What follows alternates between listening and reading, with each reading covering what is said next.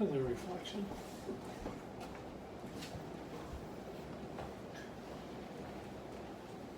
Did you know that one of the best ways to take charge of your finances in today's uncertain economy is to have a healthy savings account? That is according to Barbara O'Neill with the New Jersey Agriculture Experiment Station. As a college student, saving money is probably one of the best things that you can do to better yourself. I personally have a few tips that I've learned along the way of saving money. Last year, I just worked at Benny's Pizza, and all of my checks from Benny's, I would put half into my checking account and half into my savings account.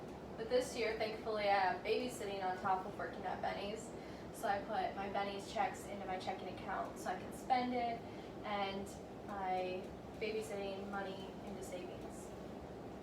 I've learned that going to school 2 hours away, and not having a job, that the summer is my time to make money. And I also feel like I spend more money that I don't have a job, but that's probably because I don't have any money coming in. Bank of America has some great tips and tricks on how to save some money. They also say that sometimes the hardest thing about saving money is just getting started.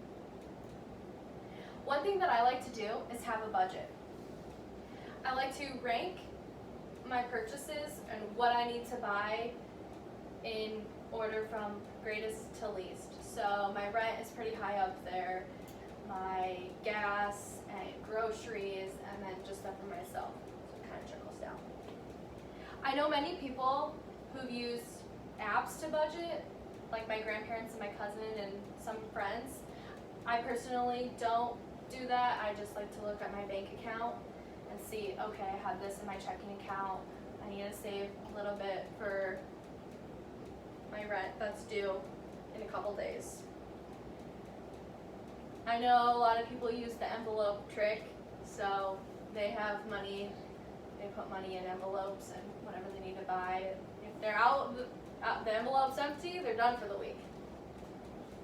I also like to buy used rather than new. So a lot of my college books when I went to Blackhawk were all used, or I rented some to save a little money.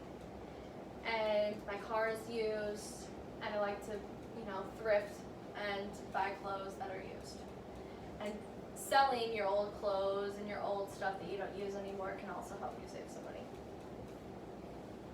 I also like, as funny as it sounds, I like to save some loose change. In this little jar, my dad will come home and put his change in here, and over time it's accumulated and there's probably a good amount in there. So just saving that, it'll add up pretty quickly. Using the 24-hour rule is also something that I do religiously. So basically what it is, I'll give an example. So the other day I went to Best Buy and my boyfriend wanted a Switch, and I almost bought him a Switch because, why not? They look fun. But I thought about it, I thought about the 24-hour rule, and I said, I'll go home and sleep on it, and by the next day, I forgot about it. Another way I like to use is calculating your purchases. That's from America Saves, and basically it is you take the amount of the item that you're wanting to buy, so say it's a $50 pair of shoes, you want to buy these $50 pair of shoes, and you make $10 an hour. Is 5 hours of your shift, your long, hard-working shift, worth a pair of shoes? Probably not. I hope you guys learned some little bit of tips and tricks on how to save money by having a really good budget and ranking your stuff in order, using an envelope trick, buying used rather than new and selling your old stuff, saving your loose change, 24-hour rule, and calculating your purchases. Now, I encourage you to get out there and start saving because it's never too late.